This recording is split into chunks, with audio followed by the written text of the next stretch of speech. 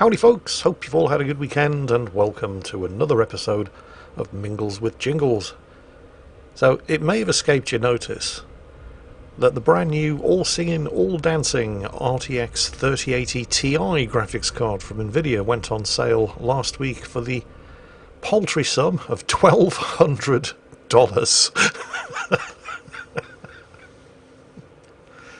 You might recall what happened, or what has been happening over the course of the last year with major new graphics cards releases, starting with the release of the 3080, where they were basically all sold out within 20 minutes of going on sale, mostly to scalpers who used bots to basically raid every website selling them and then immediately dump them on eBay for double the price. The thing is, even dumped on eBay for double the price, they were still cheaper than the current range of 3080 Ti's now being sold by NVIDIA. It seems that NVIDIA really regretted charging as comparatively little as they did for the 3080s when they went on sale. Why should the scalpers get all of that fat dollar? So NVIDIA has decided to scalp you themselves. $1,200. That's right, you'll pay 70% more for not even 10% performance increase over the 3080, which is largely academic, I suppose, since you can't buy a 3080 anyway. Coming up to a year after they went on sale and you still can't buy them anywhere. And it's now going to be even harder to get one because a lot of the silicon that could have gone into making 3080s is now going into the stupidly overpriced 3080 Ti. So yeah, if you're in the market for a new graphics card, don't hold your breath. Something else that I thought was amusing, when you looked at the 3080 Ti comparisons on NVIDIA's website, it was this much increased performance over the 1080 Ti and this much increased performance over the 2080 Ti, but performance comparisons over the 3080 were conspicuous by their absence, because basically you're looking at anything between a 4 and maybe 10% performance increase, depending on the game. And this tiny performance increase can be yours for a mere 70% increased cost. Now, under normal circumstances, most people in the market for a new graphics card would look at the price, they'd look at the performance game, and they'd say, hell no, do you think I'm stupid? And the cards would just sit on the shelves until NVIDIA brought the cost down to something slightly sane.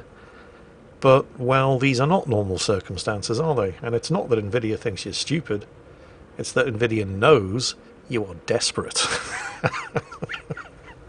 And so they are shamelessly overpricing these cards in order to, well, basically pocket the money that would be going into the pockets of the scalpers on eBay. And yet I can't help but feel that they're all going to be bought by scalpers anyway, who are going to push the price up even further as these cards appear on eBay. And sure enough, a swift browse of listings on eBay reveals NVIDIA GeForce RTX 30 Ti Founders Editions going on sale for $2,500, $2,400, $2,800. So far I haven't seen anybody trying to sell one of these cards for $3,000, but $2,800 appears to be the highest, with around about $2,500 being standard. Or to put it another way, more than twice the already offensively high price that NVIDIA were asking for them in the first place. And people are buying them, because people are desperate. And more than a little stupid. So, the best part of a year on from the initial launch of the 3080 or 3000 series of NVIDIA graphics cards, and the situation isn't any better for the AMD graphics cards either, of course. But rather than being better, the situation is actually far worse than we could have imagined. It's almost enough to make you say, screw it, stick your PC in the cupboard and go out and buy a PlayStation 5. Except you can't buy any of those anywhere either. What a time to be alive. Speaking of products that are in no way worth what you're expected to pay for them, Elite Dangerous released the roadmap for how they intend to patch their way out of the utter disaster that was the launch of the Odyssey expansion.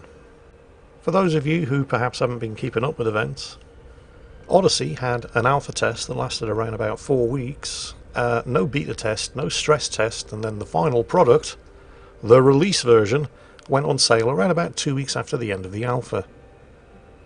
Many people raised concerns that nowhere near enough testing had been done, and Frontier Developments responded to these concerns by stating that the version of the game included in the alpha was a much more primitive version than the internal build that they were working on, and not to worry, everything would be fine. Guess what? Oh, it wasn't. It really wasn't, with many of the bugs present in the alpha still present in the final version, and then a bunch of new bugs that weren't in the alpha because, well, it wasn't really an alpha test, was it? It was a sort of pre-release demo designed to stir up publicity.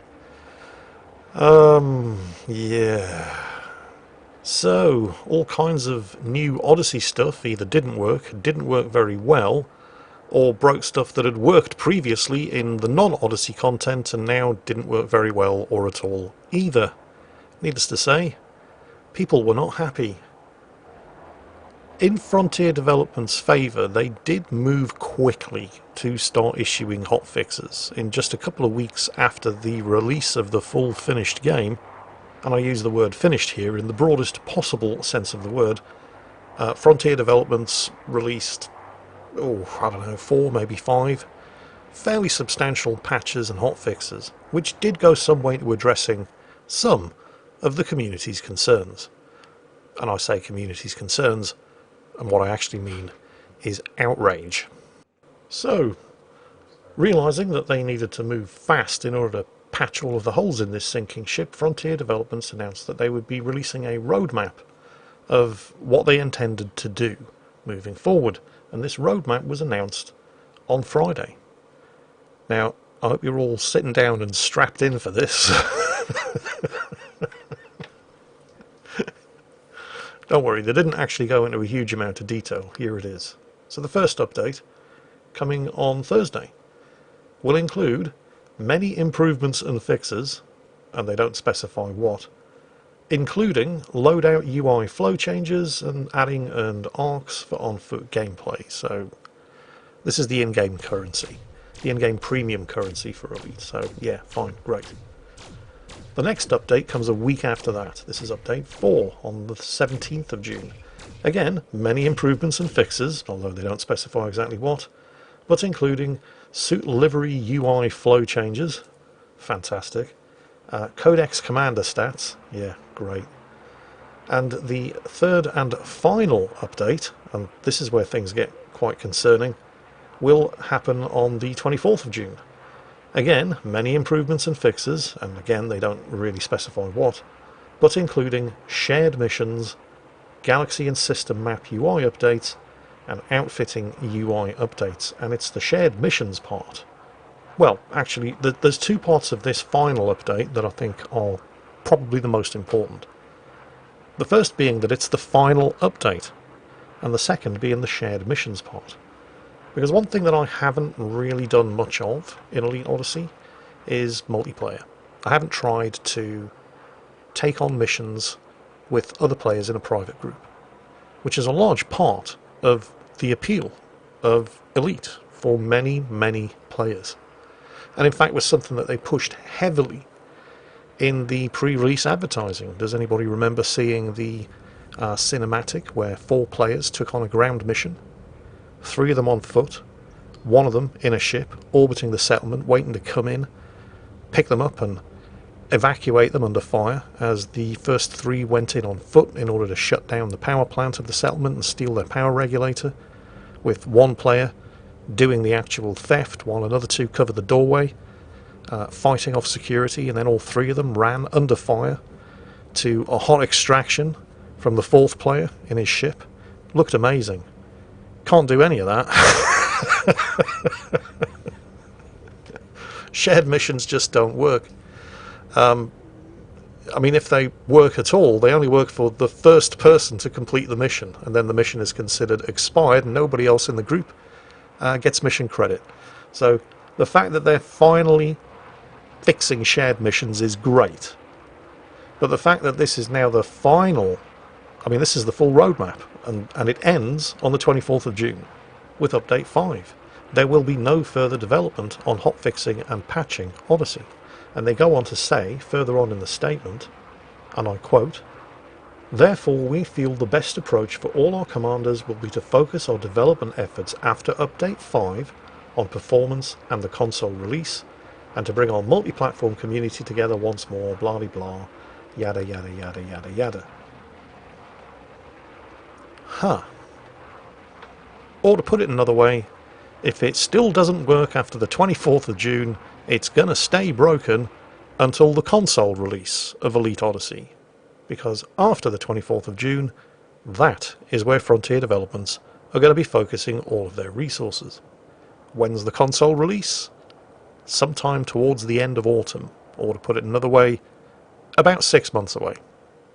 So, if, like me, you were stupid enough to buy the full price Odyssey expansion for Elite Dangerous, congratulations. We are all now unpaid beta testers for the console release of Elite Odyssey. In fact, we're not even unpaid beta testers. It's worse than that. We had to hand over money for the privilege of beta testing a console release. Here's the thing. I mean, it's common knowledge at this point that they didn't do any kind of beta testing or stress testing. And in one way you can kind of understand the problems cropping up, because they didn't do any beta testing and they didn't do any stress testing, and there can be all kinds of things that aren't apparent on an internal build that's only been accessed by the development team that don't become apparent until you have thousands and thousands of players trying to break it. That's exactly why you do a beta test, or at the very least you do a stress test. But they didn't do any of these things. And I think most people accept that the reason they didn't do any of these things was so that they could meet the release date. Get the product out of the door to keep the shareholders happy before the quarterly financial projections came out. And here's the thing, and I dare say a number of you have already reached this conclusion yourself, it's as if they were so busy botching the release that they didn't have time to look up and pay attention to what happened to CD Projekt Red just 6 months ago, when they did exactly the same thing with Cyberpunk 2077. They rushed it, it wasn't ready, they lied about how ready it was, and they lost hundreds of millions of dollars on their share price as a result of trying to keep their shareholders happy. And exactly the same thing is happening to Frontier Developments. And here's another thing. A developer cannot have it both ways. They can make all of the apologies they want, they can promise whatever improvements they like, but it was released broken, buggy and unfinished.